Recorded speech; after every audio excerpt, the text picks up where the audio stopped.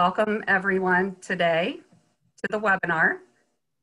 I'm Karen Lacer with Nifty Method, and we are thrilled to have you all with us this Thursday to welcome Tom back for another amazing webinar, How to Increase Virtual Event Sponsorship Revenue. We are excited to have Tom Pasha, President of Contact Planning, with us today. Tom has been recognized as one of the top convention planners in the industry, starting in hotel positions of caddy, bellman, bartender, and cook. Tom began his management career as a Hyatt management trainee in Chicago. He went to sales management positions throughout the Hyatt organization, working in 12 Hyatt hotels over 20 years. Tom was director of sales at Hyatt hotels in Greenville, San Antonio, and Chicago O'Hare, as well as director of sales, started the national sales office for Hyatt hotels in Omaha. Tom won Sales Manager of the Year, Sales Director of the Year, Sales Team of the Year, and the Donald M. Pritzker Award for Sales Excellence. Tom went into meeting planning and founded Contact Planning, a national meeting planning company with headquarters in Orlando. The company concentrates on corporate and association events, many with a golf element. Contact Planning, Inc. books over 100,000 room nights and 30,000 rounds of golf at clubs and resorts nationwide, working with premier and corporate association clients. Today's webinar will be recorded, and an email with that link will be sent out within 48 hours. It may come on Monday, just FYI to everyone, since tomorrow is a Friday, but we will get it to you as soon as possible. To ensure a quality recording, we have muted all of the lines, but you are welcome to use the chat feature. We do want to hear from you, and we welcome all of you to chat amongst yourselves and share some of your stories and your insights, and also use the question and answer tab window as well to put in those questions as they pop up in your head throughout. And we will have some time at the end where Tom will be able to address those. So we definitely encourage you to do that. And with that, I would like to welcome Tom, and we'll pass the presentation over to him. Tom, you're ready to go. Very good.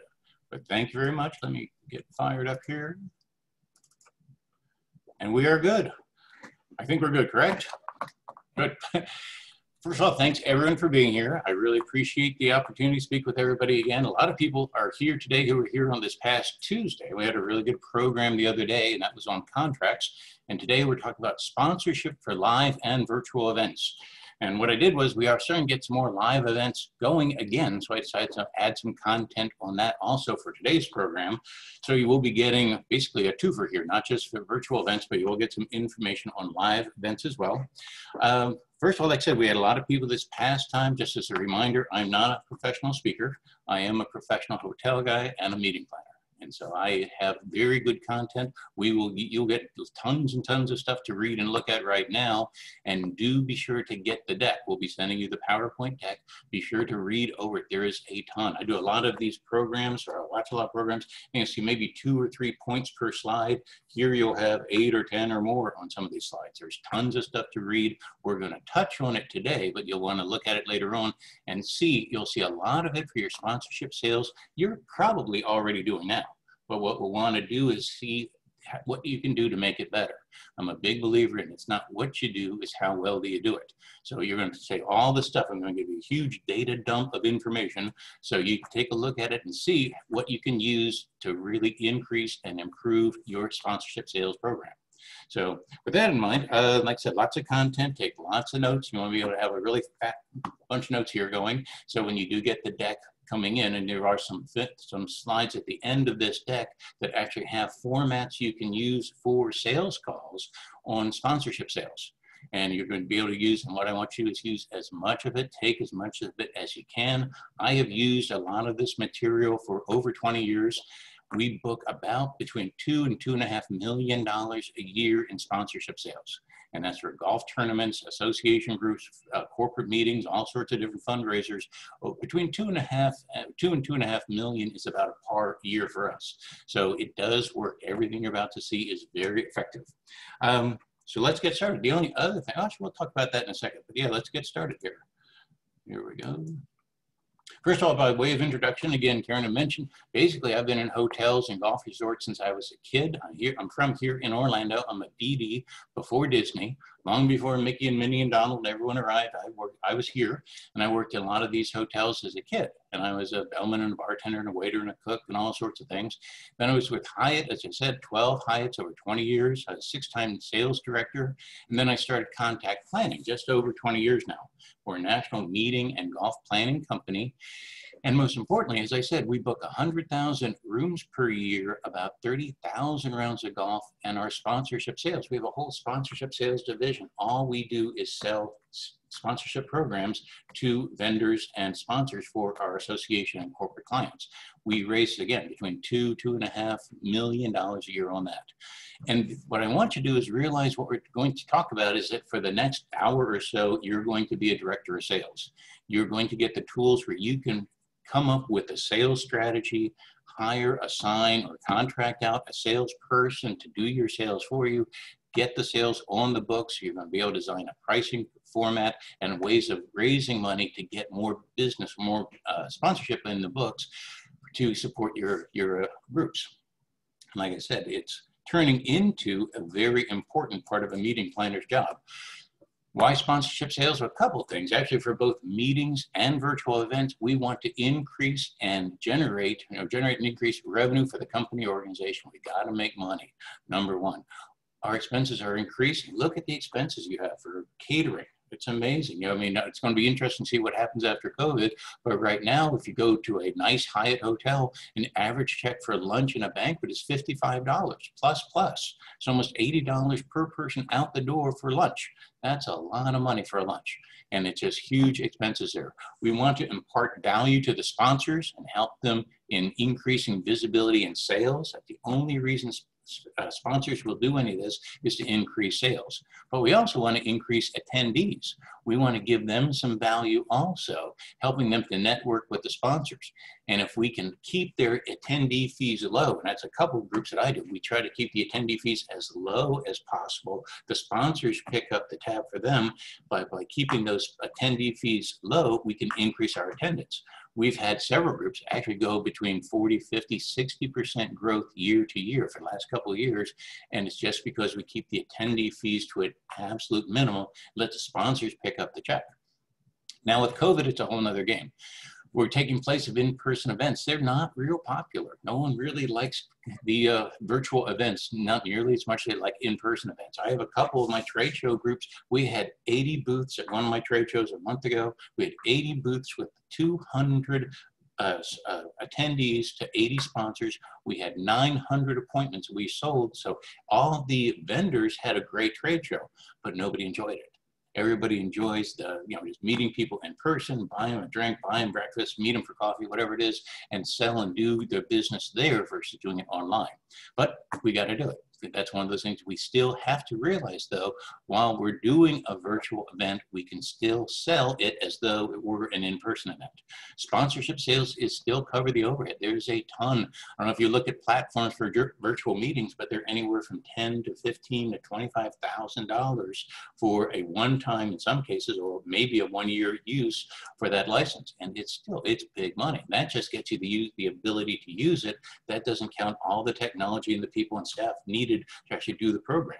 There's overhead to worry about. You still want to make donations to your charities, and you have lobbying. There's a lot of people on this particular call. We have national associations. We all have lobbyists in DC or Chicago or New York, primarily DC, that whole K Street annex. There's tons of money that is being supported by sponsors. We got to be able to get the revenue in to take care of that huge and important effort. So the point is, anything you can sponsor in person, which even though it is preferred, we can do it virtually. So think about that. Basically, these are things I sell. I sell a ton of stuff, okay? And the thing is, like I said, you want to kind of approach the job as your director of sales. You're not just managing a meeting. You're not just getting the rooming list in and picking out the BEOs and doing all the coordination. Now you got to help pay for it. So the people on this call, you want to be able to say, I want to be director of sales, or I'm going to get somebody to direct sales for me. Either they're going to run it or get somebody to run it, because that's the only way you're going to have effective sponsorship sales. One of the things we learn in sales is that if you give people two things to do, one is selling and the other one is doing paperwork or catching up or getting caught up or getting ready to do something, they're going to do B. No one likes to make a cold call. No one likes to do cold sales. No one likes to do any of that really, because people realistically, they feel that they're intruding on the client. But realistically, if you got the right salesperson in there, you're not. So as directors of sales, you want to be sure you get the right people selling. These are some of the things that I sell basically every day.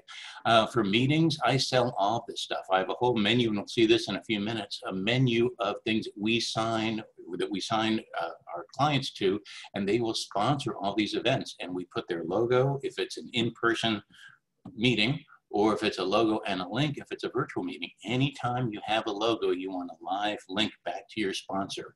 Probably write that down now, because it's something a lot of times I've seen tons of these virtual meetings where they've got all the sponsors lifted out with all dead links. And the only reason you have a sponsor link on the website or on your conference site is they can click on it and go to a landing page for your sponsor. So that's real important. But we'll go through the list here.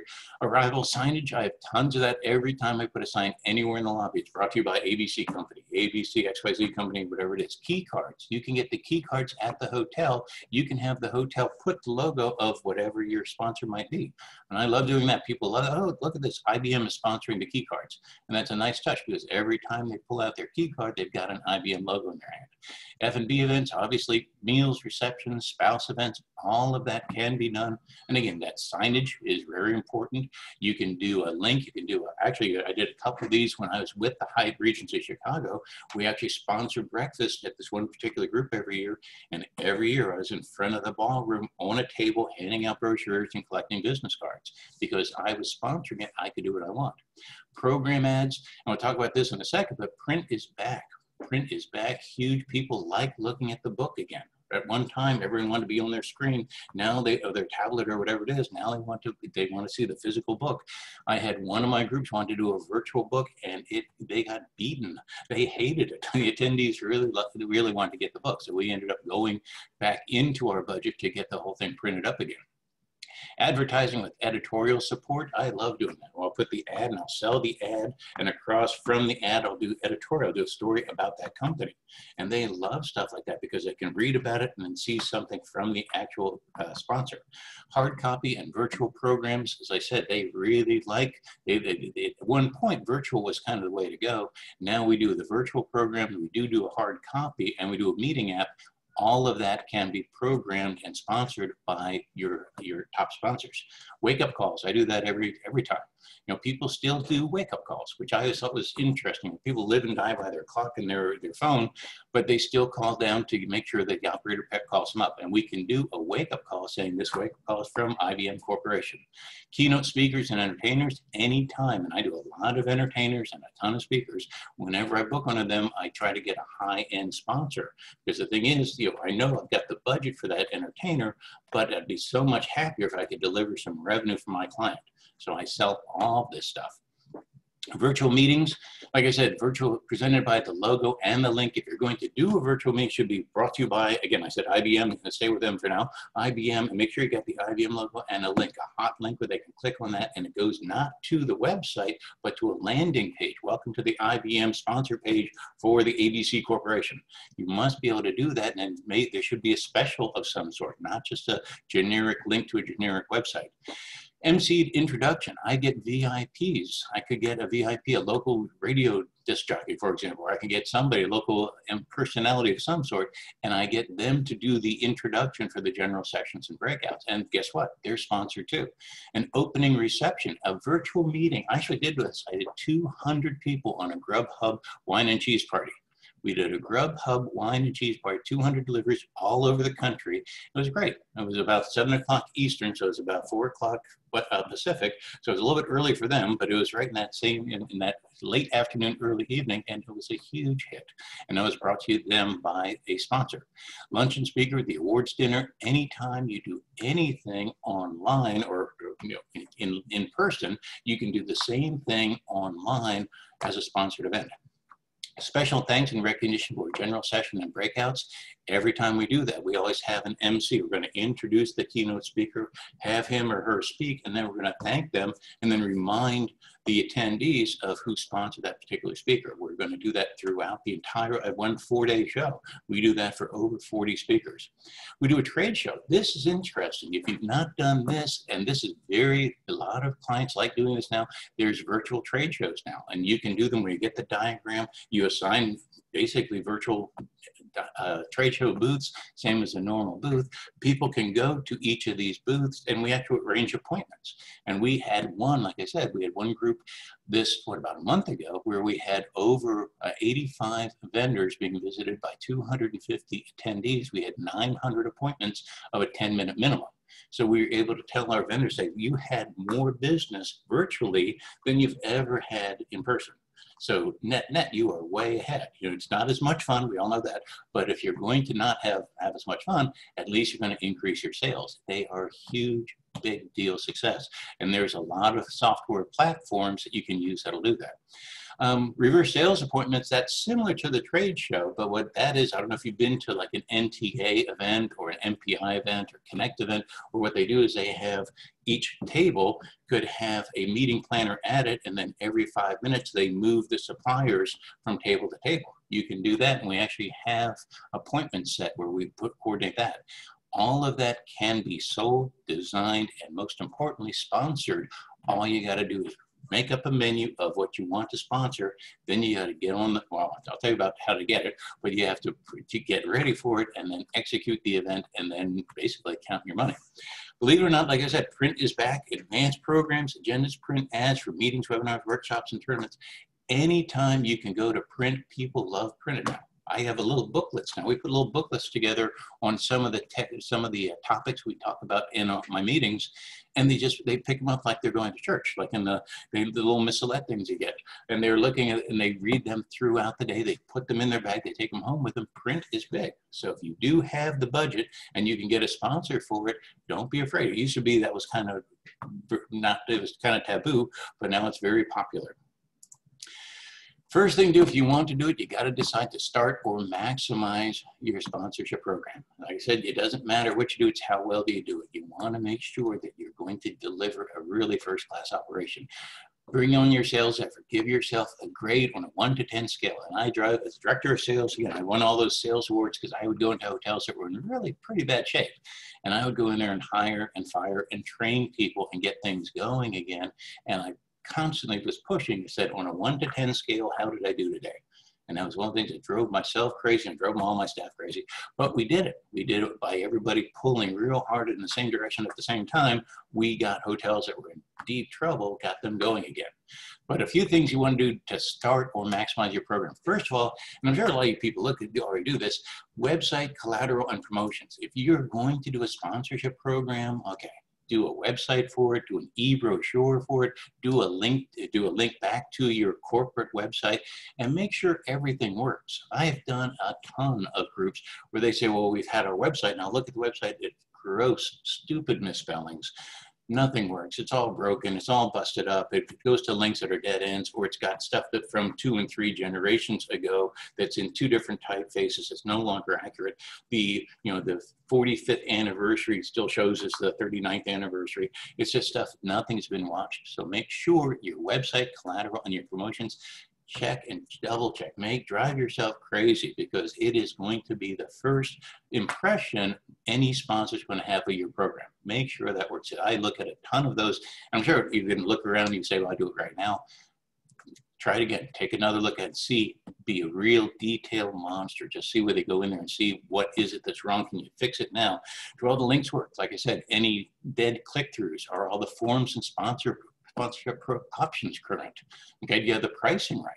Do you have check and recheck everything? Like I said, I've had some where they don't have the pricing correct, or the pricing doesn't add up, or if you pick these 3, it doesn't add up to that number 4 group. So make sure that's all correct. Are the prices accurate? Are your website, meeting app, e-brochure, and e-newsletter all compatible for PCs, Mac, and phones? And I would bet, and again, that drove me crazy, because a lot of people, they'll get some designer in there, and they'll do it okay for a typical PC, but it may not work on a Mac or an iPhone. And those are very important. It's got to work on all three. Is it easy to buy? This is another thing. This drives me crazy because if you got to accept credit cards. And some people say, oh, it's a credit card, you do a 4% additional fee, fine. You know, if somebody has to do a credit card, they will, but you don't want to give them a reason to say no. You want it easy to buy, okay? Accept credit cards, electronic fund transfers, and checks. Can you accept all three easily? If somebody asks for an EFT, can you send them the coordinates right then? Say, yes, here it is. If you can do that, that's great. If you can't, then you got to add that into your to-do list to get this thing going. Because the last thing you want to do is start a program, promote the program, put somebody in charge to sell the program, and then the client goes to the website and nothing works, okay? Can you easily issue invoices? A lot of companies can't do anything. They're not going to cut you a check without an invoice. Can you get an invoice to them in that conversation? Can you do purchase orders right away? W-9s, 501c3 forms, any kind of receipts. As soon as you can do that, again, you got to make it easy for people to buy. And again, everyone on this call, they probably say, well, we do it. I'll bet money. If you were to go through your website now, you'll find that maybe you don't do it or you thought you did it and it got broken or their link got tied up or something's wrong, because it happens all the time. And then last thing is that you have pre-written follow-up notes. And this is the main thing is when you're selling something, you got to sell it. You don't have to give them another option to be doing other stuff other than selling. Okay, we call it ABC. Basically, it's a sold sponsorship. Okay, confirmation agreement. Say, yes, we have a deal. Click, send it. Okay, it's gone. And that's what you want. You want a very quick, easy, no brain dead, easy way of getting this to the client immediately. You don't want to get it after the end of the day because then it'll go out to the next morning. Then it'll get delayed because you got a meeting the next morning, on and on and on. You want to be sure as soon as you get the yes, hit the button and send that, number one. Number two is the B is think about it. They say, well, send me your three options. And you should have those three options spelled out, or some way, just a short, an e-brochure, as I call it, where it's already spelled out, where it's not this whole big presentation. It's two or three options they're most interested in. Goes out that second, you know, that immediate thing. It's got to go immediately. Otherwise, a lead spoils in hours. Okay, one of the things you learn in sales is that if you let a lead sit, it'll start to spoil in a couple hours. It's dead in a day. So do not let it sit. Send info, normally, I always said send info is kind of French for don't worry about it, or don't worry, I'm not going to buy. A lot of times people will call their C accounts or try to beat a C account or a C contact into a sale when in fact it's not going to happen. And so you could send them a standard brochure and hit it, maybe tickle it for a month later just to say hello, but in all likelihood, the likelihood of getting a C to an A level is almost none. A lot of times you got to find the A's, or you can promote a B to an A, but it's really rare when you get a C up to an A level. So that's a sales kind of tactic. When I'd have somebody say that they made 20 sales calls and got 3 people said send information, I tell them basically they're not going to buy anything. If they say send information, they're just being polite. They don't want to hurt your feelings, which is fine. That's part of sales, but you have to be able to prepare. Don't spend a lot of time, money, and brain damage chasing these C accounts when in fact you should be going after the A's and the B's. So that's real important. Selling sponsorships. Selling, again, all it is sales. And then, you know, we try and get into some sexy marketing destination thing about how we can, you know, come up with all sorts of ways of coordinating, you know, marketing and stuff. But it's selling. It's basically, you know, I give you shoes, you give me your money for the shoes. It's basically we're selling something. We have 2 things to sell: ongoing and event-specific sponsorships. Ongoing is annual sponsorships, for example, and then we have event-specific, where what we do is that for a particular meeting or event where we're going to sell specific parts of that. So first of all, with ongoing, I love these. I love these a lot.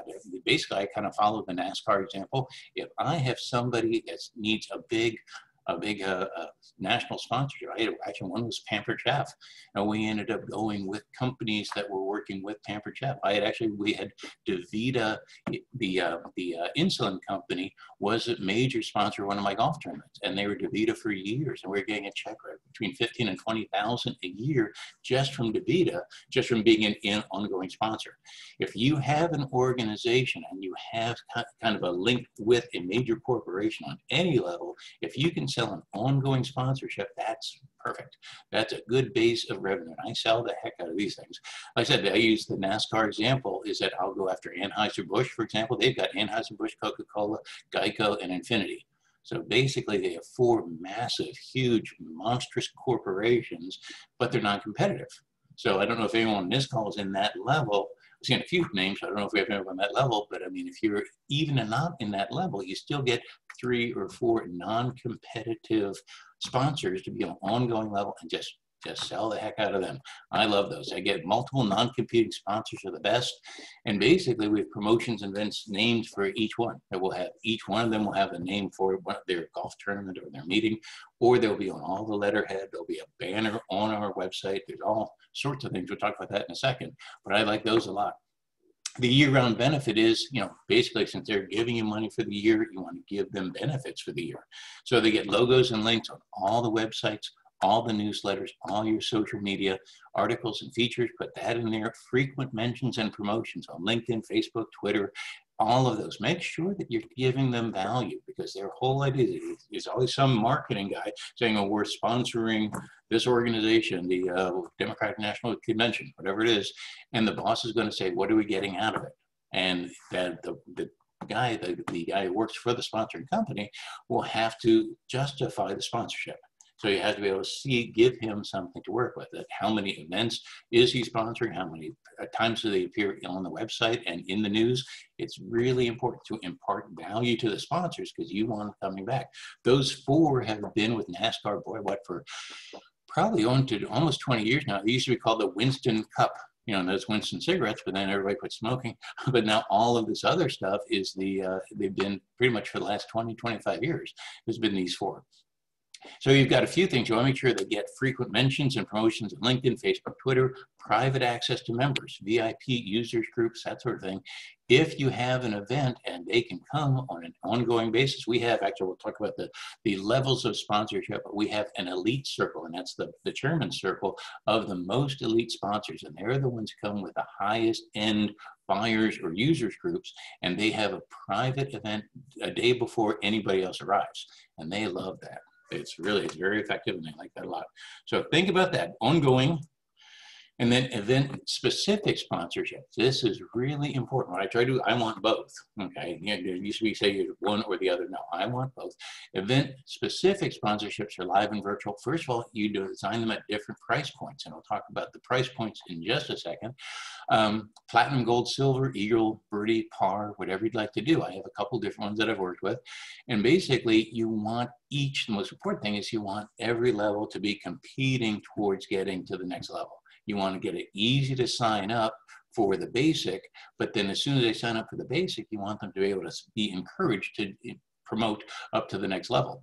So you start off with, let's say with a platinum level, you receive member directory prior to the event, they get preloaded emails, promotional emailings, they get preset appointments for the trade shows. We treat our platinum members like kings and queens. They love it. The VIP reception on the opening night, and that's the night after the VVIP reception on the night before the opening night. That's the elite group. Speaking part at a meeting, the convention, or the tournament. We do a full page ad in the program, and they can even upgrade. If you want to do the full page, or if they want to be on the back cover, it'd be the full page price, plus they have to pay a little bit extra for that, but they do get that option. Only the top platinum people get that option.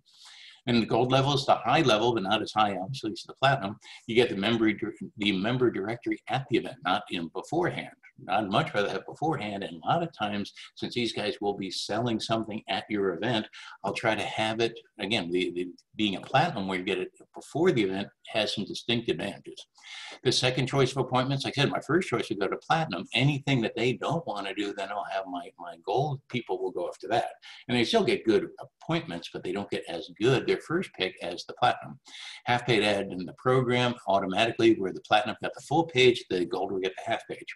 And the last thing will be the silver, would be the basic level. Gets them in the door, and you give them a screaming deal to get in. As soon as you get them in, then you can give them a better deal by imparting value if they get promoted.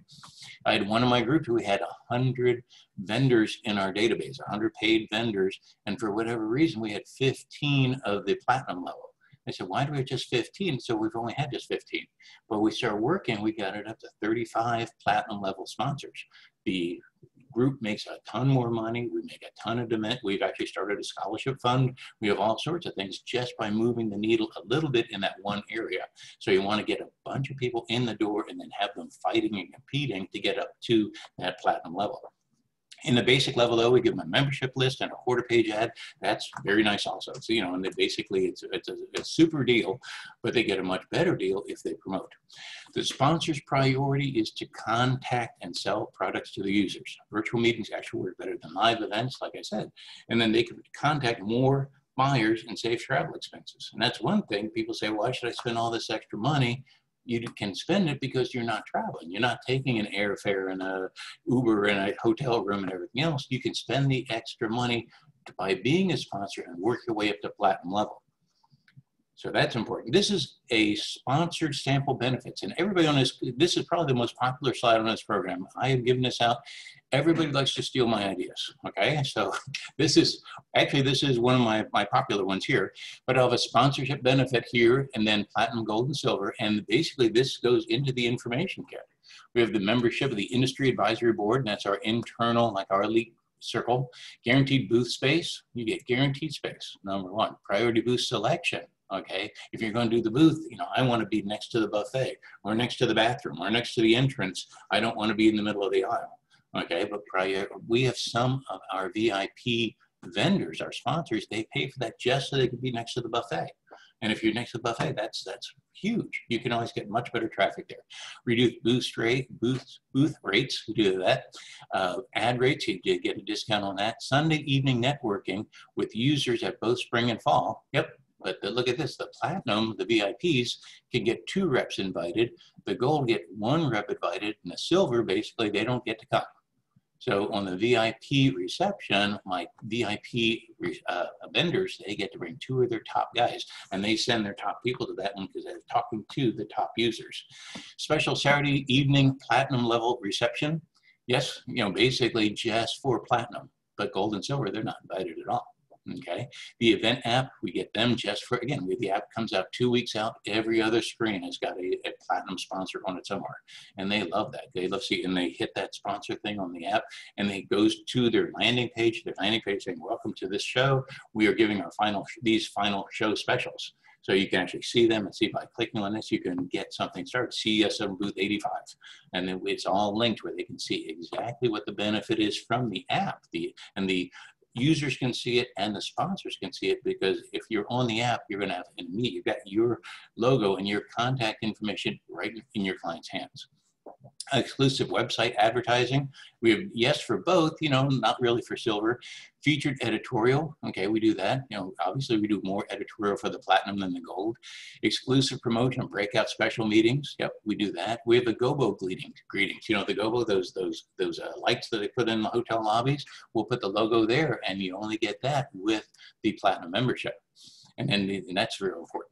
Logo shirts. Every day we have our officers and speakers wear logo shirts for that particular group. Everyone's in golf shirts, and on the sleeve they have whatever the logo is for that day's sponsor. So we have a 4-day meeting, so every day all the key people are in a uniform that show off the logo for that particular sponsor. And we actually have people fighting for those.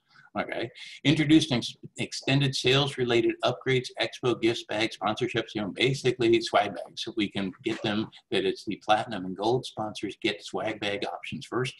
Sales meetings featured at both conferences. Yes, we do that in the sales meetings. Those are those prearranged appointments I talked about, where what we'll do is we'll have all the vendors seated, or actually all the buyers seated, and then vendors go from table to table. We do 6 10-minute meetings. And so, excuse me, we do 10 10-minute meetings. So basically it's a little over an hour and a half. It's 10-minute meetings to get all the way through. And after that, we have a very nice reception and a very nice dinner. But it's very, very popular to do that because they want to be able to see everybody, not just in a social situation, but in a business situation. And they like to bring a little presentation book, say, this is what we're selling right now. This is our special. What can I write you down for? Actually, I did one for the PGA show last year, the Professional Golf Association show here in Orlando, with the same idea. And basically, I had everybody say, I said, bring a presentation book, just a flip book of whatever your specials are, and an order pad. And every single one of them, all my platinum sponsors, got a huge order. They really enjoyed it because there was no messing around. They were able to make sales. Banner ads, as I said earlier, on the website, meeting app, and hotel event screen, all of that can be done. And the hotel event screen, that's something that used to do quite commonly. Now they don't do it as much, but it is something that you can ask for the hotel and they'll be thrilled to do it because they've got this done. Now everyone does the app. But I would say, well, why are we doing just the app or the virtual program and not the hotel screen? I want to hit them 2 and 3 times. I want to impart a ton of value to my platinum sponsors. Okay, because I want all of my gold and silver sponsors to want to work their way up. So that's real good. Take that. You'll be able to use a lot of that stuff. It's probably, and that took quite a while to get the right combination of stuff. I'm sure we can still tweak it some more, but that particular is very popular. But how do you get one started? Basically, I say we got to start now for next year. And hopefully next year will be better than this year. It's been kind of a strange year. But basically, I start planning now for next year. I'll take all my groups that have a sponsorship sales program, and we will break down the entire program. Say, what can we sponsor out of each event we've got?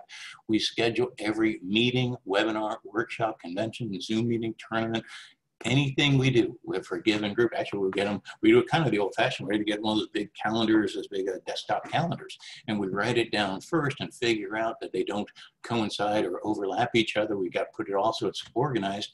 And then what we do is we figure out with each part of an event, we have to see what can we sponsor, what can we sell out of that particular event. Sometimes we'll go back to this.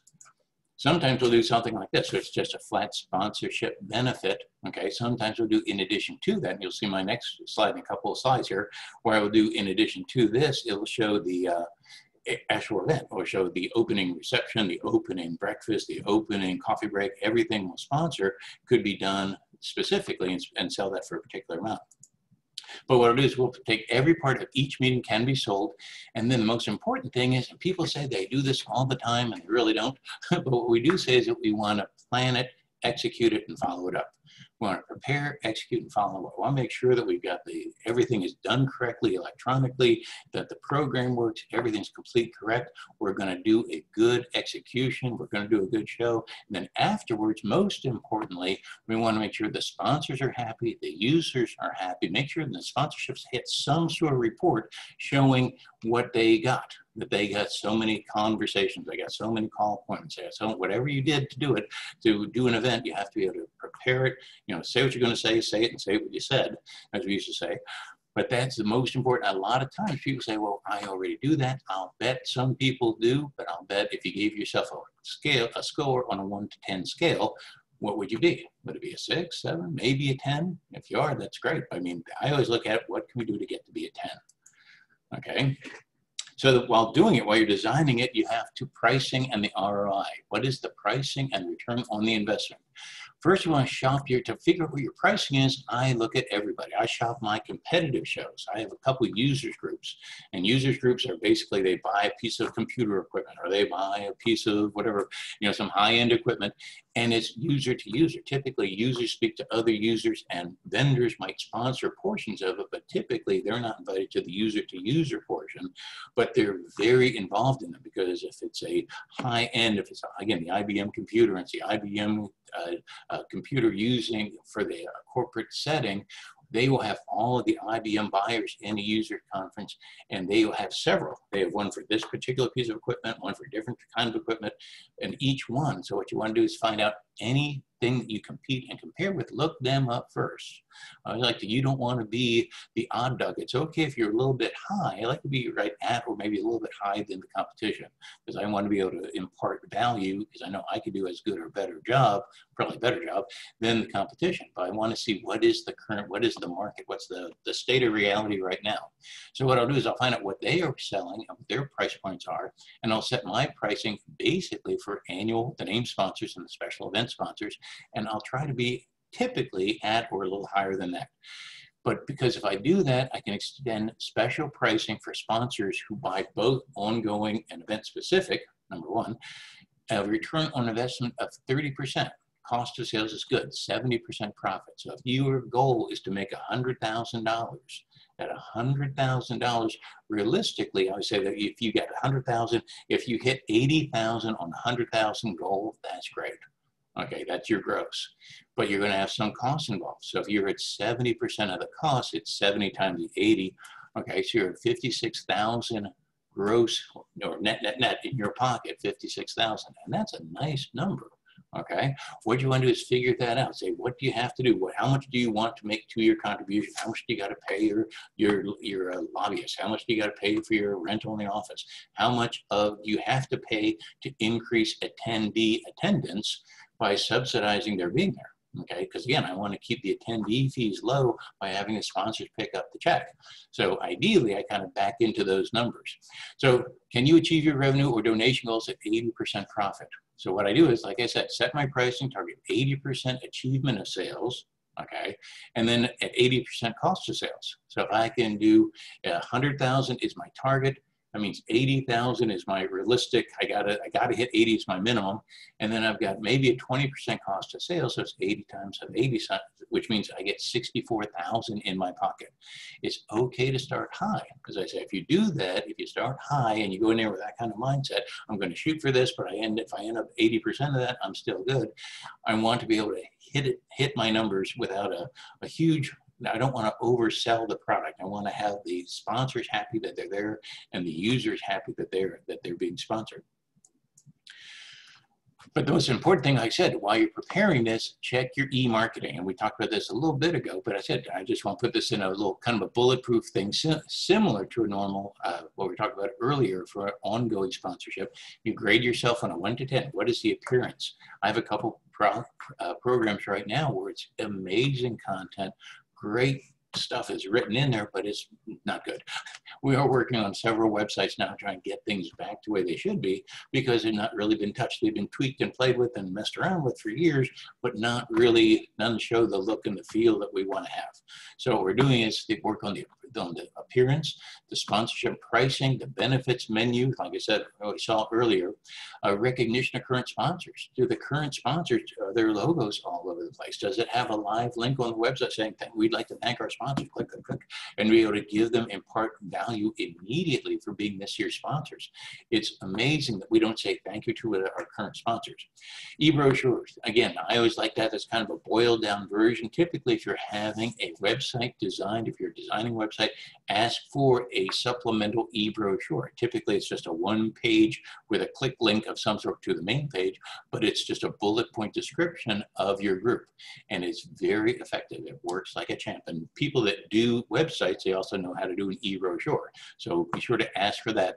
And again, the live links, so many times we see these things, we've got the links or the logos, even if they're there, they're dead links. They're not really showing anything.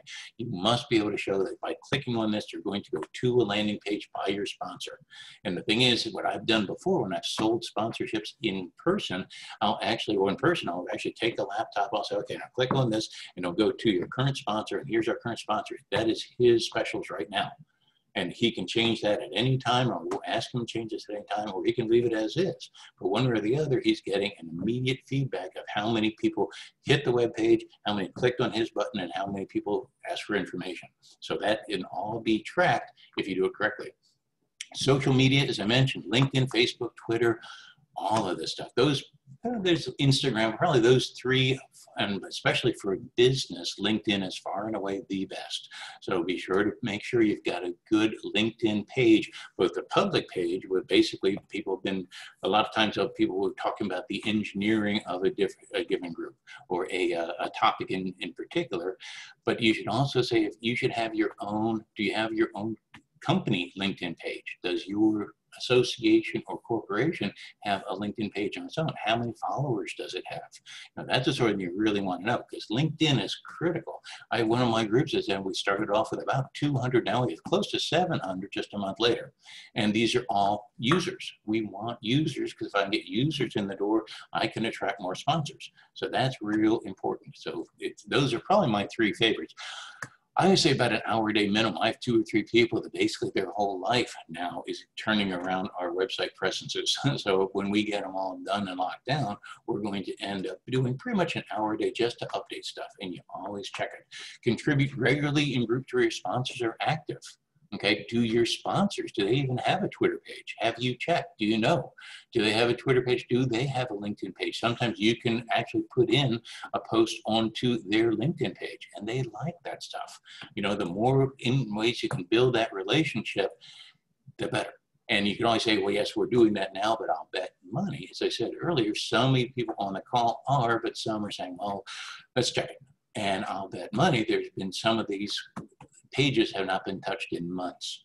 So I did one, I saw one that last time it was touched in 2016. And I kept getting told how they're on top of all this stuff, but they weren't. They had not been on that page in 5 years. So it is amazing, but I always say you got to kind of inspect what you expect. And if you can get a good result, then you can increase your sales. Thoroughly and frequently, like I said, test every link, website, hot button promotion. A lot of times we're going to Atlanta, so we're saying, you know, meet me in Atlanta. Click on the Atlanta button on the website. Does it do anything? Make sure it works, because I'll bet money that you go through it now, you'll find a lot of these links are broken. Strong email marketing sets up the sale. Basically, what you want to do is after you've got it all set up now, you got to kind of define your targets. And target sales, this is actually kind of this is, again, sales, not 101, this is how sales directors kind of 101. When they make you a sales director for Hyatt, Hilton, Sheraton, Marriott, you basically said, okay, here's what you're currently at. The people who you follow, basically there's a fan club of them. They all did a good job up to this point. It's your job to get it to the next level. Okay, so you got to go in there and be very positive and push really hard. But you always try to say, what we can do is we got our A, B, and C contacts. And the A, basically you start from the center of the target in. Everybody says, I'm going to talk to everybody and work my way to the most important ones. No, start with the most important ones. Start with the ones that you have the best chance on closing. And it's that thing from Glengarry Glen Ross, ABC, always be closing. You got to hit the bullseye first. You got to aim for the bullseye, always be closing. Okay, the bullseye contacts. These are people right now. Again, it's amazing when I look at sponsorship sales, current sponsors for renewals. Do we talk to our current sponsors? Are they happy? Do they want to come back? Are they renewing for next year?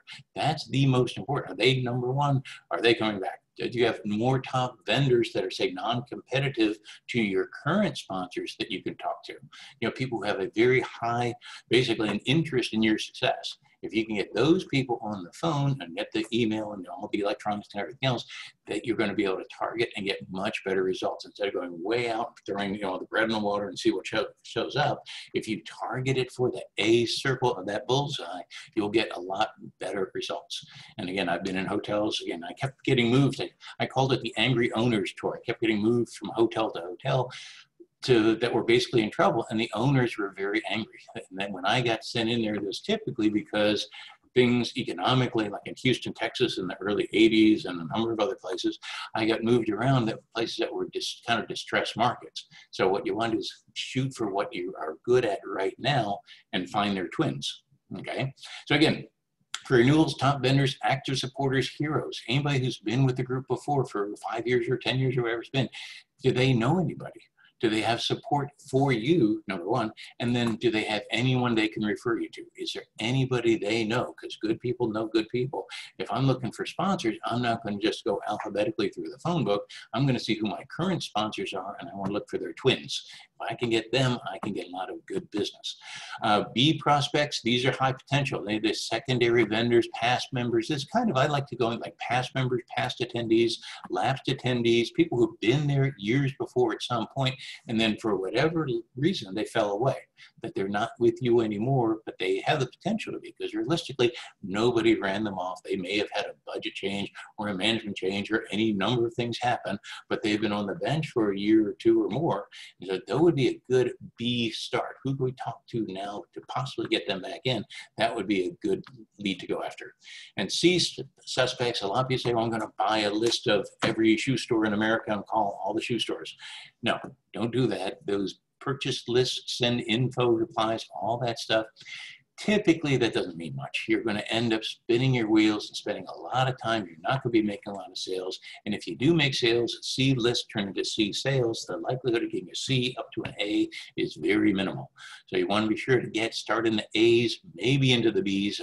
Basically, I'm still going into the A's in most of my groups, you know, because I'm much rather look for my top winning groups now and the groups that are kind of their twins. And those are the ones I can get money from. Some people call all the C's, like I said, to pound the phone. That's old and non-productive. In sales, that's called the chicken list. As I said, the chicken list is that list you've been meaning to call, but you keep finding other reasons to not call it. If one of the reasons is you're calling the A accounts and getting good results, I would say let them sit, just get away from them. Start with your A contacts and work your way out. Collect yeses, referrals, and prospects. And that's basically, that's how you run a hotel. It's also how you run sponsorship sales. I have made, again, from golf tournaments, we had a virtual golf tournament where basically, and a virtual awards banquet, that people turned in their own golf cards, which again, we knew that golf scorecards are going to be nothing anyway, but we ended up doing, it was another Grubhub delivery. We had 400 people coming to a virtual banquet all over the country. We made $300,000 that day. And this was all the people, all the sponsors that already sent their money in. We told them there was not going to be a tournament due to COVID.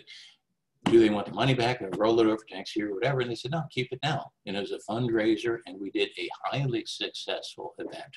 Okay, and they all want to do it again, but next year they want to do live. But it can be done. Okay, oops, skip one here. I mentioned somebody hiring or actually getting a sales wizard. Okay, not everybody likes to sell, not everybody's good at selling. What you should do is that you should assign, hire, or contract a wizard. You need somebody to do this, or if you're good at it, do it yourself. Okay, but I want to talk to you about it just a little bit, because this is kind of sales director training. One of my many jobs, I was in charge of Hyatts of Texas, HOT, and my hot team, as we called it, was the 8 Hyatts of Texas, and it was me plus 7 sales directors. Great people, all sorts of experience, but the thing was, we had to make sure that I said there's only 2 jobs you people have, is to sell and help your people sell. That's the only 2 jobs. If I catch you marketing, if I catch you going to a safety meeting or an alcohol beverage control meeting, any of that stuff, you're not doing your job. We sell and we help our people sell. And by the same token, the people on this call, you should just focus on selling, okay? And either you do it, which is fine, or, as I said, assign, hire, or contract somebody to sell. And their whole mission for being is selling, okay? The reason I say no multitasking, because if you give people 3 different jobs and one of them is selling, they will do the other 2 long before they get to the selling part. And just human nature, people don't like necessarily selling. They get this picture that we're somehow invading our clients' lives and everything else.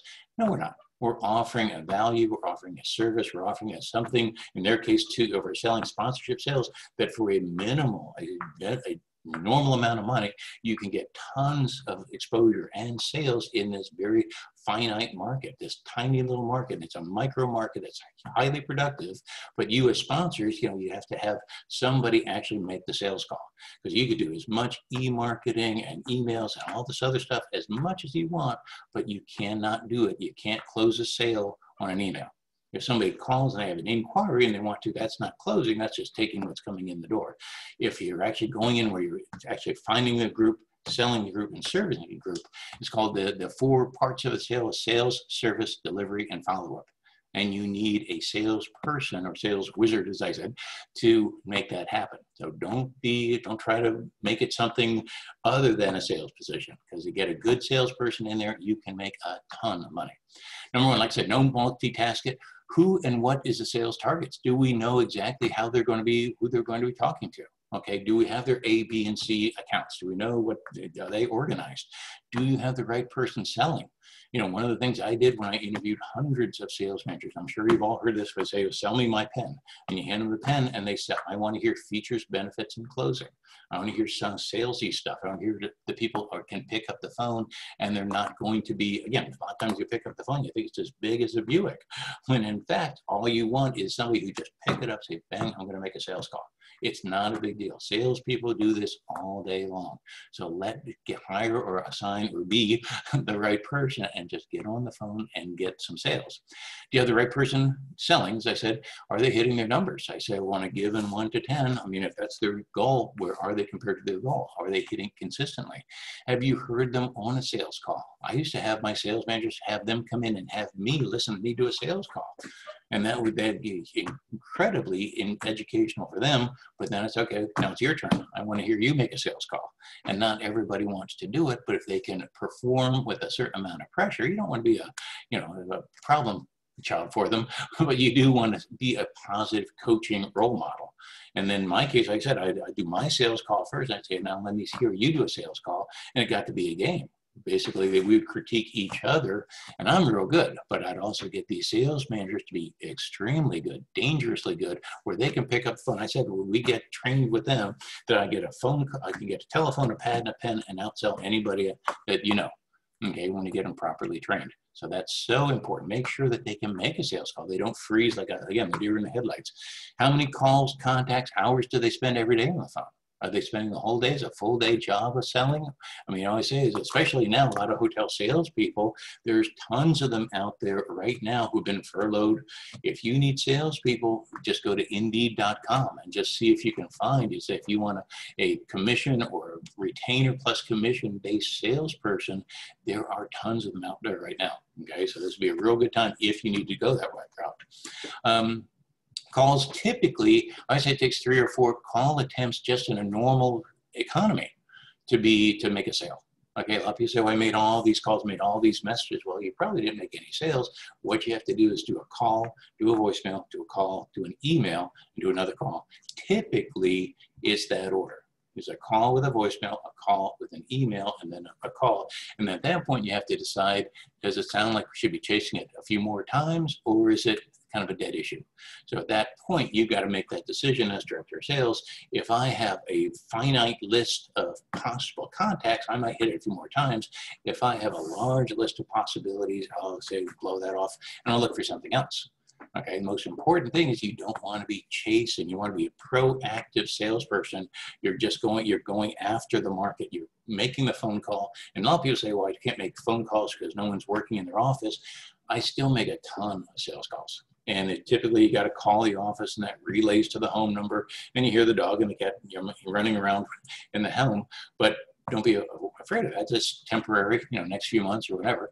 But you just got to get somebody who's an eager, anxious, ambitious salesperson to drive your sponsorship sales. And hold on. And this is a good worksheet. This is actually one of my worksheet that is typically, this is currently done, or it's being done, but we've got several projects here underway. Basically, this is the sponsorship sales worksheet.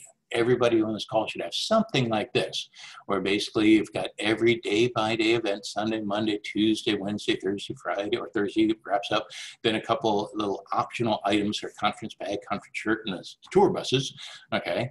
So basically, if you look at, if we sold 100% of this, we need $63,150. Okay, and these numbers are typical numbers for this particular group. It's a meeting and meals for this one's for about 350, 400 people. So right in that range, and they can get, basically that's not going to be enough to cover the 100% of the Monday lunch or any of these lunches, but it's enough where it's worthwhile for them. They're not going to pick up. If I'm having 300 people at $50 a head, that's not $4,800. Okay, but if I can get just $4,800 in sponsorship, that reduces my overhead. So basically, I'll do something like this for every event. I'll do something like this for every single event I do. Feel free to steal this. Okay, you can use this. And typically, I said, got the total number on the one side, meals and events, and then sponsor name, sales manager, and status. Say, who did I sell it to? Who's the one who sold this particular group? And then I've got 2 that are paid in full, and I've got 1 that's invoiced. Okay, and this one goes back after this particular several months old. We've actually hit these numbers, so we're good. We're right at it. So, but that's most important thing. If you can't tell what you did, you don't know if you're ahead or behind. But this one particular 4-day meeting, when it's all said and done between this and some other stuff, we also have a publication and advertising on this one, but it's about $100,000 in sponsorships. Cross-selling and upselling, just we're almost done here. Basically, just be sure to cross-sell. If you have your sponsors, if they have other divisions, let's say if you're talking about General Motors, make sure, a General Motors idea where you've got the umbrella company, get all of the other companies inside it. Okay, I work actually with Certainteed, and Certainteed's a big construction trades company, but they have 20 different product lines. Each one could be a separate sponsor. Multi-year, multi-event sponsorships have sponsors, refer you to other sponsors. Okay, all this, and that's one thing. Cross-selling and then upselling, as I said, that's so important. You want to get, again, your silver to go to gold, to go to platinum. You want to be able to move on up to each level, and you have to impart value to both. If you do multi-event agreements, a lot of times I'll cut a deal and say, if I'm doing 2 a year, if you be a sponsor for these 2 events, I'll give you a better deal. Okay, and sell everything. Like I said, go through your whole list, be creative, come up with a list of stuff.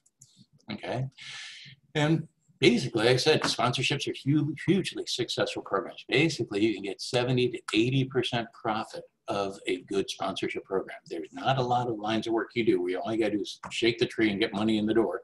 It's money that is basically going to cover a lot of your other expenses. It starts, as I said, with the annual marketing plan. You schedule every event. You sell every event, design all the collateral, make sure that it works. It's so frustrating when you do that, and that's the most time-consuming part of it. You dedicate a sales-oriented staffer, okay, to sell the programs. As I said, you need a sales wizard and target your A accounts. Don't start off in the outliers, work your way in, start with the sweet spot in the middle there. Focus on closing ongoing and event-specific sponsorships. Like I said, all this can be done. You can make a ton of money, enjoy it. You can offset a lot of losses that we've all taken this year by a good sponsorship program. And again, if I can help you with any of this, I appreciate you coming. I hope everybody enjoyed it. We did cover a ton of material, okay? I hope you like those grids. And actually, I'll take a look. I'll show you in just a second here. There's some scripts here that I'll just leave with you, and they'll go with the deck. That you've got some subject lines, and this is stuff you can actually focus, you can adapt and edit for yourself. And again, I appreciate everyone's attendance. Hope everybody enjoyed it, took lots of notes. And Karen, we have some questions. We do. We have a lot of great questions here, and a lot of great ideas too that in the chat room too. So I encourage everyone to take a look and steal some ideas from there.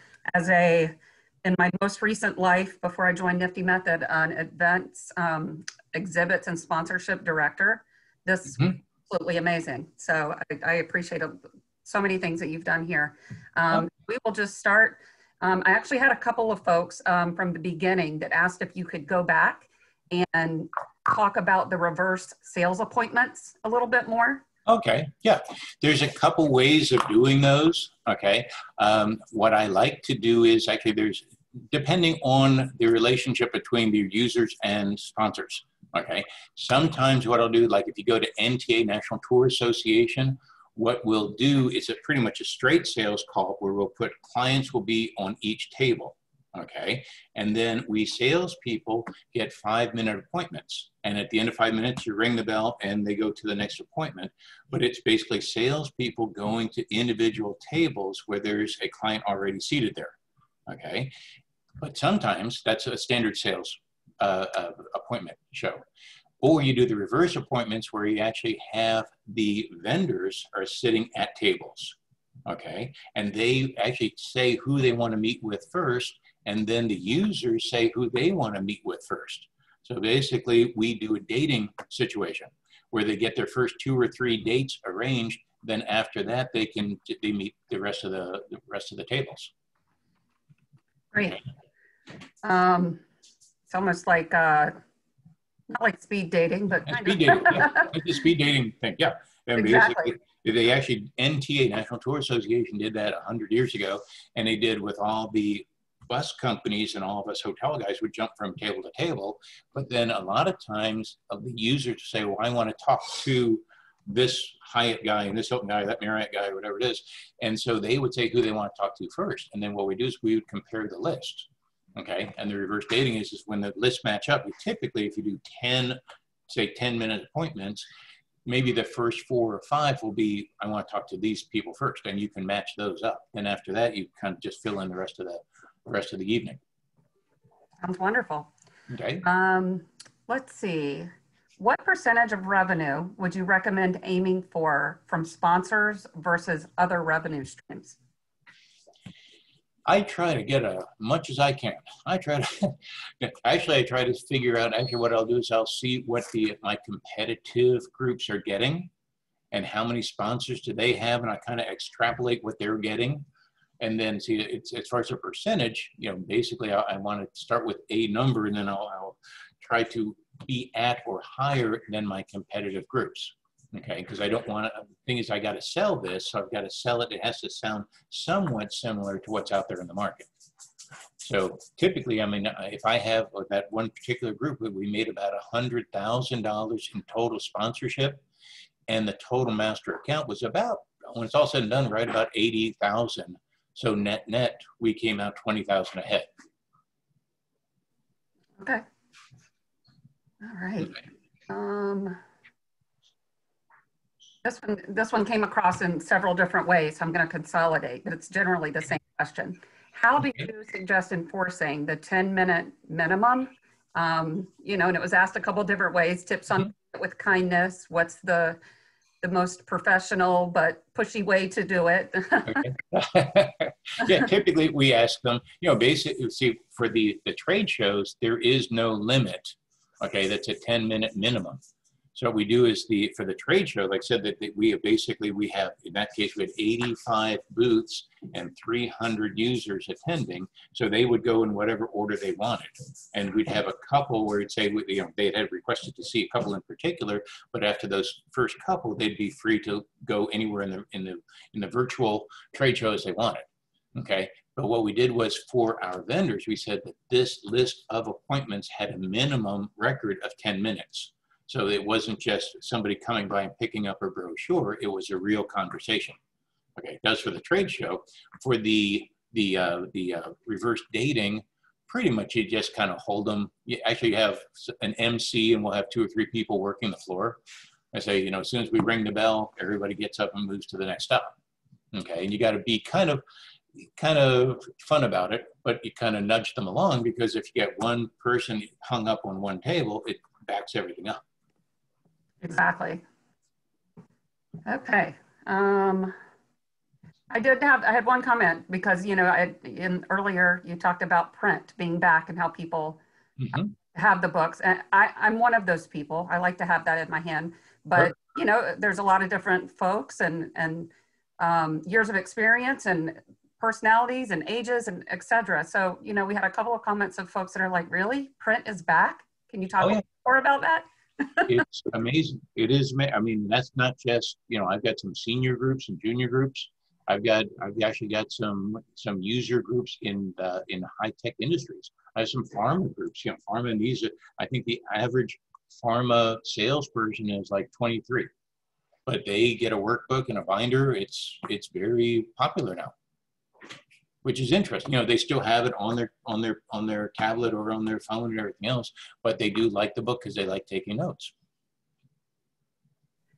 Yeah, I'm the old school. I have it everywhere. I have it on all the devices, but I also like to bring the old highlighter in. And I mean, they say, well, we're going to save a tree. We build and we grow a lot of trees. Right.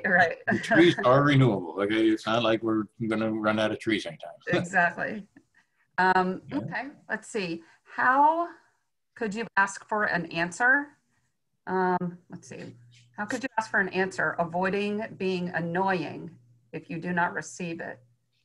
I'm not sure what that was from the beginning of the presentation. How can you say it again? Yeah, the question came, how could you ask for an answer? So I think the way that I'm reading this is from a sponsor. How can you ask for an answer back from them, I guess, if you're waiting without being too annoying? And you know what I do? I have a couple things. I kind of cheat on this a little bit. Is that I'll say I've had some trouble with if I'm doing an email, for example, email note. I say I've been having some email issues. Can you reply back and let me know that you received this? And then one way or the other, they'll reply, yes, I received it, and yes, I'm interested, or no, I got to pass. And that's very easily done if you're just trying to go after, again, if you've just been trading phone calls. In some cases, I'll say, I called you a couple times, left a couple of voicemails. It sounds like you're busy. would you like to talk or set up a time? Or, one way or the other, please reply back. I've been having some email issues. And for whatever reason, people reply back because everybody has email issues. And they'll reply back saying, oh yeah, I got it, but I'm past, or I got it. And yes, can we talk next week?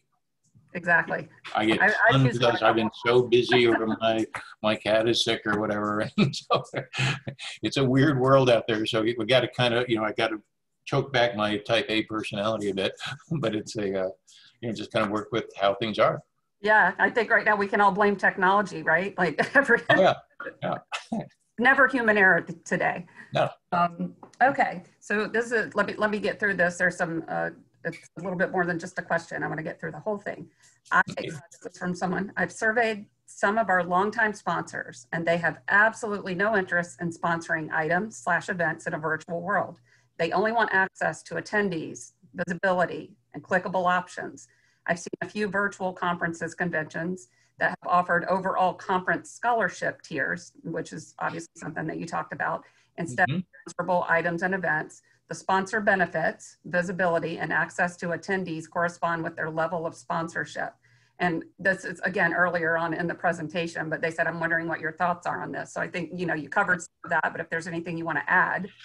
We have a couple groups and a couple sponsors, no matter what. And again, we got some of our sponsors, they are very happy with the virtual events because they save the money from travel and everything else. But we're actually doing several hybrid events. And if you can do, the live event plus the virtual event, if you can do a hybrid event on some level where you do a small, like an inner circle meeting, which would be socially distanced and everything else. And then you could do the breakouts and user groups where basically it's user to user where the sponsors don't attend that part. Those are pretty common now. And again, it might be doing a hybrid might be the one answer. The other thing is to get some, if I've got 50 sponsors, okay, and I've got 2 or 3 that are doing, if I get 50, no matter what, somebody's going to like it. So I'm going to find the 2 or 3 sponsors that like it. I'll try to get a testimonial. How much business did they get out of it? I know everybody wants to be in a live event, meet live people and do everything in person, but at this point, we got to kind of work with what we have. So selling it basically does take some selling. It might take us senses that maybe you've got sponsors that you see, these sponsors are dead set on this way. Maybe we should look at some new ones. Okay, if one of our sponsors is Chevrolet, starting that out, what's the Ford guy doing? They both got to sell cars. Can I talk to my Ford guy? Right. Is there sometimes, some people, no matter what you say, they're dead set, they're not going to change. So it might be worthwhile just to let them set for a while and go get someone else. Exactly. I grew up in a big family. I grew up in a big family. I heard no a lot. Right. Well, and sometimes when you bring up the car scenario, you might be selling a Kia, but that's not what somebody wants. So if you have those partnerships in the industry and you steal some ideas from your friends, next time someone goes to them and they want a Kia, they'll send them to you. So it's a if I were selling Kia, then I'd say, okay, what about whatever the Hyundai or whatever the comparable maker model might be? Right. A Kia buyer is not going to be in the Cadillac category, and the Cadillac's not going to be in the Maserati category. So I'm going to keep it. I try to find the twins and go after them. Yes, smart. Okay, changing stations here. Can you share the 3 most popular virtual event platforms that your top clients have used since March? Let's see. Virtual event platforms. Let's see. Let's see. Let me get that. Sure. Let me reply to that one, or I'll send you a note there, and we send that out to everybody. Because I have a couple that were good, and a couple like Attendify is good. There's a couple others that are okay, but there's a couple that are kind of new that we're exploring that actually look very promising. So, we've got a couple new ones that we've just worked with. Was that one Swap Card?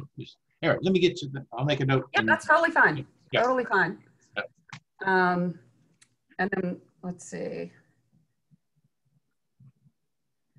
This is good. So with so many virtual, this kind of follows up on the last one. With so many virtual events, platforms, ways to run your webinars, meetings, etc. how can you monetize higher return on the investment to carry out the event? Just because there's so many options out there. I mean, what? Oh yeah. I mean, there's a couple, like there's one, for example, actually it's was at the Luxury Hotel Institute. And that's a group that's out there now. And what they do is they do a virtual trade show where it says, welcome to the virtual trade show presented by Marriott Hotels. And they've got a banner like you're walking into a college campus.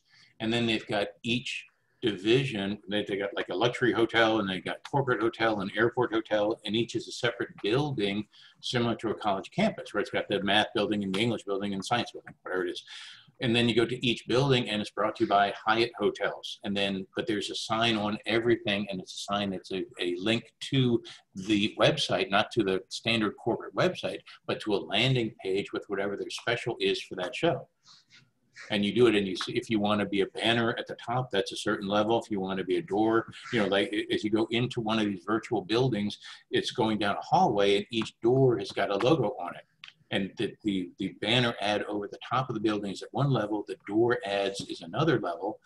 And, you know, then they do a coffee break. They had one day had a yoga break, and the yoga break was sponsored by Hilton Hotels.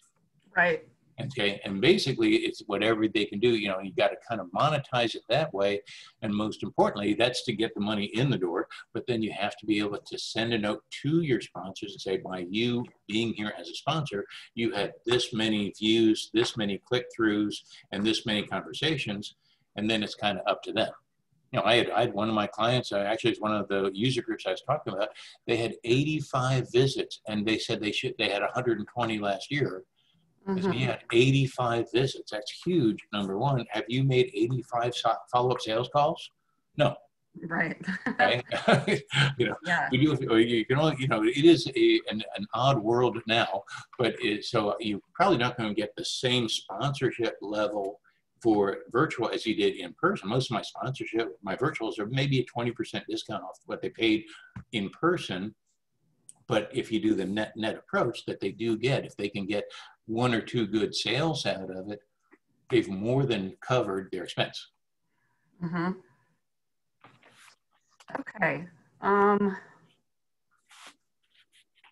mean, I have some thoughts on this, but you're the expert. So for annual sponsorship, what if you have being sponsors? And you talked about with tiers and such, but what if there's your, you know, your diamond sponsorship or whatever, your fastest driver, whatever you're working on, and they're the same, and you maybe in some places there is that one, you're looking for that headline sponsor one. So whether you've had someone that's been in that role for a long time and you're giving them first right of refusal, or you've got two that are also competing, how do you handle that?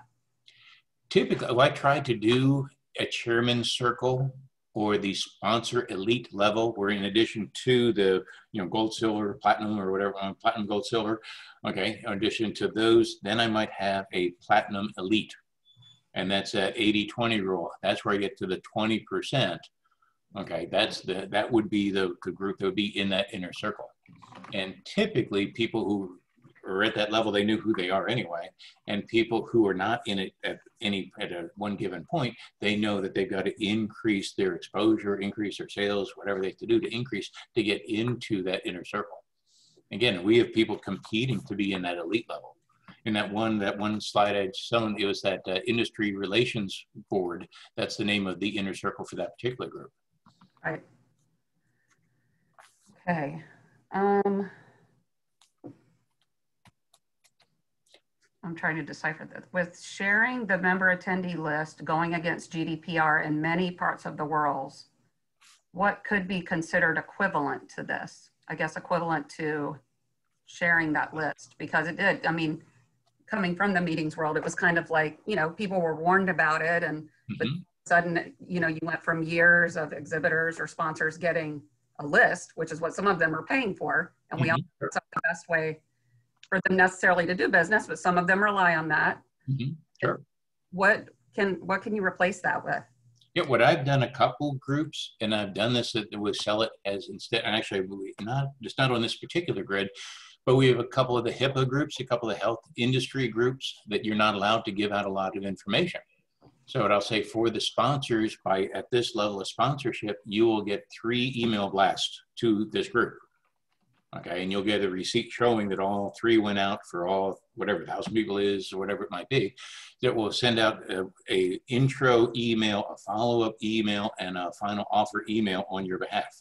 And we'll want the logo and have your special, and we will actually compile it and deliver the emails, and we'll send them the analytics showing that the emails had gone out and how many people saw them, how many people opened them, how deep they went. And that seemed that a lot of sponsors like that because they don't like doing that anyway. Okay. And what we'd ask for again is to do, it won't be a link back to, again, the corporate website. It's a link back to a landing page just for that show. And that's real important. That's the most, and people don't do that correctly 90% of the time. They always, you know, they click and it goes back to the General Motors. Okay. Yeah, exactly. Where do you want to start? Okay. No, but what should be is thank you for coming to the North American Auto Show in Detroit, March 17 to 20, whatever it is. And then so here's our specials for the show, and do 4 bullet points. But you have to be able to give them something to sell. You got to give the buyer something to buy and something for your salespeople to sell. Exactly. And we actually I have about 5 more questions. So if you're good, Sure. we'll keep going and get through these. And if any others come in, we'll make sure that you get those. I really enjoyed it. You know, we got into sales in particular, and I know not everybody's a salesperson, but you got to kind of, to be good at this, you got to kind of put on your sales hat. Yeah, exactly. And some of it's strategy, you know, it's strategy, but you know, it gets down to the sales piece. You have to be able to get it out there. So, so this one says, without divulging any client names, what has been the largest sponsorship revenue generated during one of your clients' virtual events, and how many days was it? That might be something you have to look into as well, but I think they're just trying to say, you know, like, what are the possibilities out there? Oh, yeah. Oh, there's several, like I said, I do a lot of computer and high tech and air traffic controllers and some, you know, pretty odd, pretty high end, you know, actually there's a group called CES, the Council of Engineering and Scientific Society Executives. And these are American meteorological, American physical, American, you know, all the different scientific disciplines. And a lot of them are sponsored by Microsoft, or by Dell Computers, or by IBM, or by some big deal. So we could make, actually, some of them go into the $400,000 and $500,000 range for a group of, say, 400 to 500 people. So we can almost net almost $1,000 per person in sponsorships. Wow. Yeah. And it's all said and done. Wow. And of course, you know, a lot of that's money in the door, but then out of that, we got to pay all the expenses. And there's a donation to the foundation, and donation to the scholarship exactly. fund. Exactly. So net, it's not in that. But I mean, the gross, if you can get, I mean, just a good gross number, if you can do $1,000 per person for a 2 or 3 day show, that's excellent. Oh, yeah. Yeah, and that can be done. Well, and you don't have all the other overhead costs that you have of the in-person event, so. Oh, yeah, yeah. I don't know what that percentage looks like as far as virtual events and what they're bringing in percentage-wise. See, like I said, typically the virtual events, I get like 80% of what I get for an in-person. Yeah. So instead of 10 grand, I got to be 8 grand, okay, for example. Yeah. But I still get, in that same range, I could still net about 1,000 per person if I do it correctly. But yeah, that's kind of the target we work from. Right. Again, I always like to make sure, again, if it's a new client or if somebody's on the call and they're just starting off, specifically look to your competition, see what they're doing now. And as I said, you want to be at or maybe a smidge ahead of them.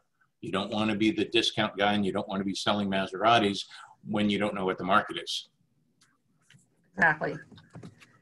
Okay. So our next question or comment, I have created a sponsorship package with a quick glance sponsorship matrix. Would you be using that, or would it be better to create the documents with the one sponsorship level and just focus in on that instead of giving them the different options in like the smaller matrix? I like to give them the menu. I'll give them the whole menu, like as you saw, what the benefit level is for each level of sponsorship. and I'll put the price in on all that. It's like when you read it, I always thought it was kind of annoying when you go to some of these restaurants and they've got the menu there with no prices. Yes. And I'm sorry, I do want to know what I'm paying. I'm sorry. So I say, you know, I'd want to know what that is because everyone has a budget. And then what I do is actually what I'll do is I'll have this actually on that one grid you saw with my pricing on it. What I'll do is that you can enhance it with a full page ad, or you can enhance it with going forward color instead of black and white, or you can do the back cover versus inside front cover. There's a lot of things you can buy and do to enhance it, but this is the basic pricing at this point. Right. Okay, perfect. Okay. I have 2 left, actually. I'll make sure I'll go back and check to see if any others came in, but here's the fun one for 2020. Okay. And probably 2021 going forward as it also morphs into hybrid as, you know, opening up. Can we charge the same rate for virtual as we do for face-to-face? I think so, according to this person. The virtual options for ROI are endless. Your thoughts? Okay.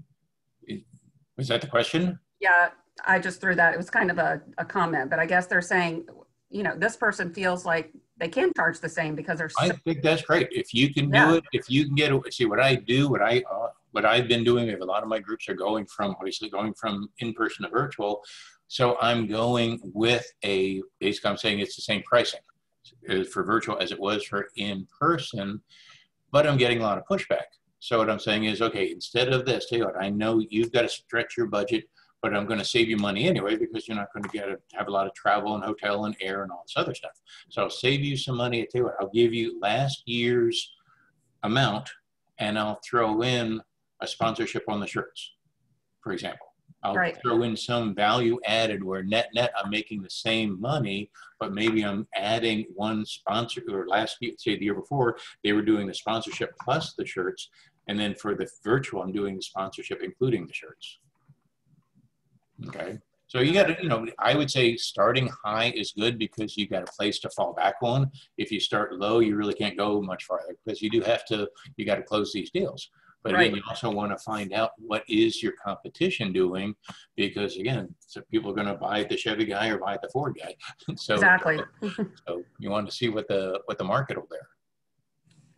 Okay. I mean, this we've talked about throughout, but I guess what this person's asking is, you know, there's follow up with getting back to your sponsors. There's, you know, tips you've given and different ways to reach back out to them if you're not hearing from them. But if you're going through negotiation or you do have interest from them and they're just dragging it out and they're, you know, they just keep dragging their feet, do you have any tips for shortening the process or really sealing the deal when you've got, you know, I guess the fish on the line? Like how can you?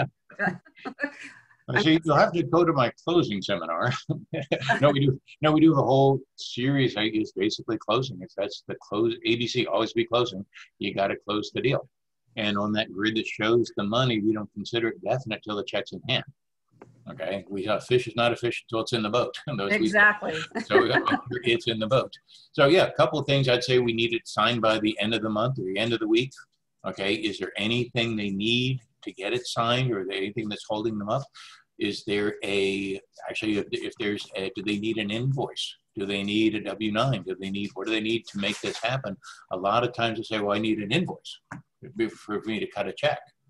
And in the invoice, it's got to show the federal tax ID number or the 501c3 number. You know, it's got to have all the information so they can cut a check. So basically, I always try to say, you know, we're holding this space. We need it signed by the end of the week, or we're going to release it. For example, I've got other people that want to be the sponsor. And so it's just a closing, kind of as we call it, the takeaway close. You know, we say, is there anything that I can do to speed this up? Is there anything, sometimes just your contact's boss is out of town and we need this woman to sign, you know, the boss, you know, need her to sign the official contract because your client, your contact can't do it. So it's got to be the boss. Right. So that's the way to do it. You know, I mean, you'll hear that again in hotel sales for 20 plus years. You hear that all the time. A lot of people, you know, you just say, you know, find out what's holding it up. What do you have to do to move it along? Does you need any with paper? Is there any hesitancy at all? So, and then when they say something, they say we need a invoice. And then you say, so, okay, in other words, we get you an invoice, we have a deal, we can get a check. Right. And then a lot of times when you're closing, you ask the question and then shut up. Because a lot of times salespeople keep talking. And so we get into a whole sales seminar also at some point. But yeah, that's the thing, is that we talk ourselves out of sales all the time just by not shutting up. Right. Well, I think that's actually the best. I saved that one for the end because ideally, you know, we'd like to have you back in the future to definitely, we know we have all the tools now. Now we got to get to always be closing. So that sounds like what we should do in the future. Oh, yeah.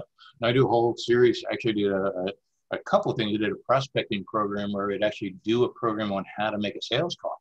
We do a scripting exercise.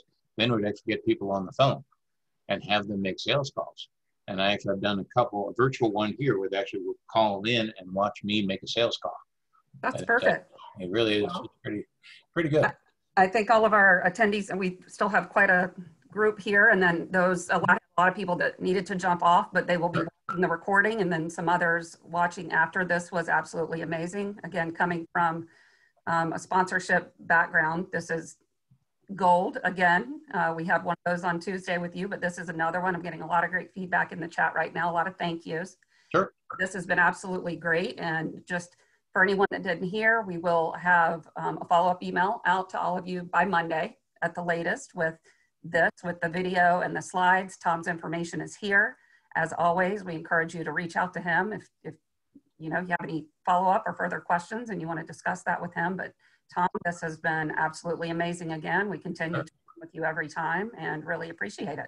Excellent. Thank you very much. And one last thing is that the time for the shameless pitch is that if you do need help with sponsorship, we do that with Contact Plan. So go to the website, contactplan.com, and hit the sponsorship button, and you'll see all about that. You'll see what we do is how we can take that off your desk, if you like, or if you want to have us get it started and we'll get the initial sales going. Once we get it going, then we'll turn it over to you. We do that all the time. So if we can help you, that's great. Otherwise, again, it's been great speaking with everybody. I hope everybody enjoyed it. If you have any questions, the other thing is also, if you have any questions for me, I've got obviously hundreds and hundreds of people who have been to my different programs over the years. If you need anything at all, there's no fee, there's no advice, there's no clock running, it's not going to be a pitch. If there's anything I can help you with, give me a call or drop me a note. Okay. And I appreciate it, and we will stay in touch. All right. So everybody, you know, keep checking our Nifty webinars, Nifty Method webinars. I put that link in here. That way, when Tom is scheduled with us in the future, you'll see those webinars coming up, and we will enjoy having you back. So thanks so much, Tom. Very good. Thanks again. Have a great day, everybody. Have a good afternoon. Thanks. Bye-bye.